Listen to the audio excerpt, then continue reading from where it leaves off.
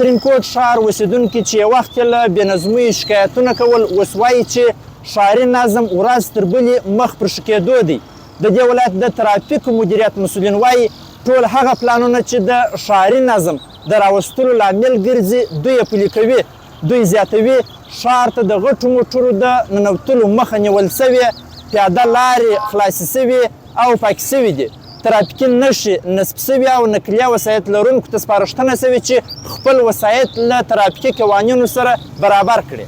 په ښار کې چې د کومې پیښې و ټکرونو شیان چې مخکې کېدله هغه د بېنظمۍ د امله سوه، چې موږ الحمدلله ډېر کوښښ وکړي چې هغه موږ د دې مخنیوی وکړي چې د هغه شیان مو ټول پرېږدي درېږدیانو ته او موټرانو ته کوم چله چې بې ځایه ولاړې هغه مو دغه کړي دي، ځینې پسې واک او غلقه په صفا کړو. یعنې په هوتک کې 3 واره 4 واره 5 واره موږ خامخا پر دې ښار باندې ګرځو. کوم ځای کې چې بېنظمي وشي رامخته کېږي د هغه مخنیوی موږ کوو. کوم دکانداران یې کوم څوک چې لین موټر چلي هر څوک چې کوم ځای ترانسپورټ یا ښاروالۍ کوم ځای پارکینګ ور وښوله هغه باید په خپلو ځایو کې وسایلو شی ودرېږي. یوازې دا ښار زموږ نه دی، د دې ټولو ولس دی، د دې ټولو خلکو ګډ کور دی.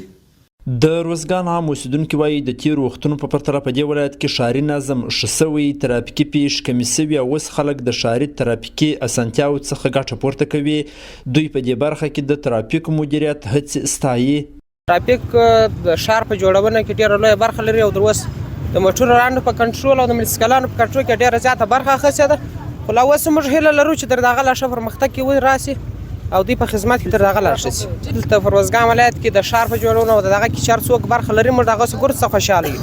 زموږ دپاره یې ځان ستړی کړی شي، دا ولس دې کنټرول کړي، دا ولس دپاره دې یو اهمیت دلته راوي، دا ولس ډېر په کنټرول کې راشي. مثلا څوک موټرسایکل ځغلي او بل څوک موټر ځغلي، مثلا ډېر داسې ځوانان شته چې مثلا هغه بیا سر یې بیا لارې مثلا نه راګرځي، د خپل موټرانو موټرسایکلو مثلا یو بل وسایل نه کنټرول. دا د دې ډېر ښه وظیفه ده چې دی ترسره کوي.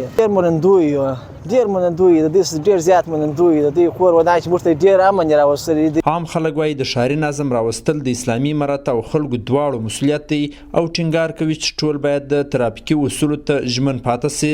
دوی زیاتوي هغه کسان چې ترافیکي قوانین نه رعایت کوي باید قانوني چلند ورسره وسي.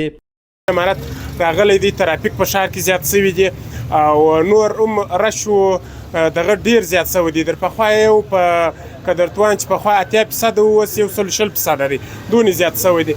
نو د ترافیکو د رئیس څخه موږ دغه هیله او ارزو لرو چې ترافیکي اشارې په ښار کې دغه کې. د روزګان د ترافیکو مدیریت مسؤلین ډاډ ورکوي چې راتلونکي کې به هم د ترافیکي پیښو د مخنیوي او په ښار کې د خلکو لپاره د اسانتیاو رامنځته کولو په موخه خپلې هڅې لا زیاتې کړي.